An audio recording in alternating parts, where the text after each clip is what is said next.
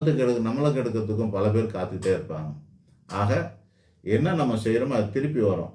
இதுக்கு மேலே இதை நான் விளக்கமாக சொல்ல முடியாது. சுக்கிரனுக்கான விஷயத்தை மட்டும் ரொம்ப ஓப்பனாக விளக்கமாக நம்மளால் சொல்ல முடியாது.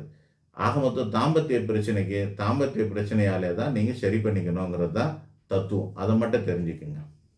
இப்போ இந்த லக்ஸரியாக வீடு வாங்கணும் அதுக்கெல்லாம் கூட சுக்கிரன் தான் காரணம். இப்போ அதுவும் அமையாமல் இருக்கவங்களுக்கு அதுக்கு என்ன பரிகாரமாக இருக்கும்? லக்ஸரியான வீடு வாங்குறதுக்கு அமையாமல் போகிறது. இப்போ ஒருத்தர் சொல்கிறாரு, எனக்கு கையில் காசு வச்சுருக்கேன், ஆனால் என்னால் லக்ஸரியாக நான் வீடு வாங்க முடியல. நிறைய பேர் பெரிய பெரிய கோட்டீஸ்வரன் சொந்த வீட்டில் குடியிருக்க முடியாமல் வாடகை வீட்டில் குடியிருக்கிறாங்க. சொந்த வீட்டில் குடியிருக்க முடியல, வாடகை வீட்டில் குடியிருக்கிறாங்க. அதுக்கான காரணம் என்ன?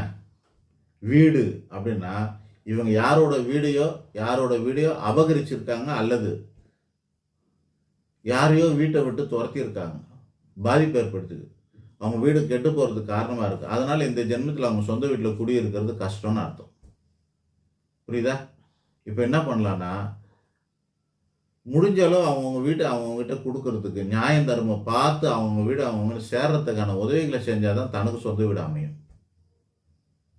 பெரிய பெரிய விஷயங்கள் இதெல்லாம் பரிகாரமாக செய்ய முடியாது. ஏதோ சின்ன பரிகாரம், பணம் தரோம், வெத்தலை துணிமணி வைத்து கொடுங்க, சாப்பாடு போடுங்க, பூஜை பண்ணுங்க, இதெல்லாம் தான் செய்ய முடியும். மற்றதெல்லாம் செய்ய முடியாது. இந்த மாதிரி பெரிய பரிகாரத்தெல்லாம் செய்ய முடியாது. சில பேர் வாகனம் நல்லா இருக்கும், வீடு இருக்காது. சில பேருக்கு வீடு நல்லா இருக்கும், வாகனமே இருக்காது.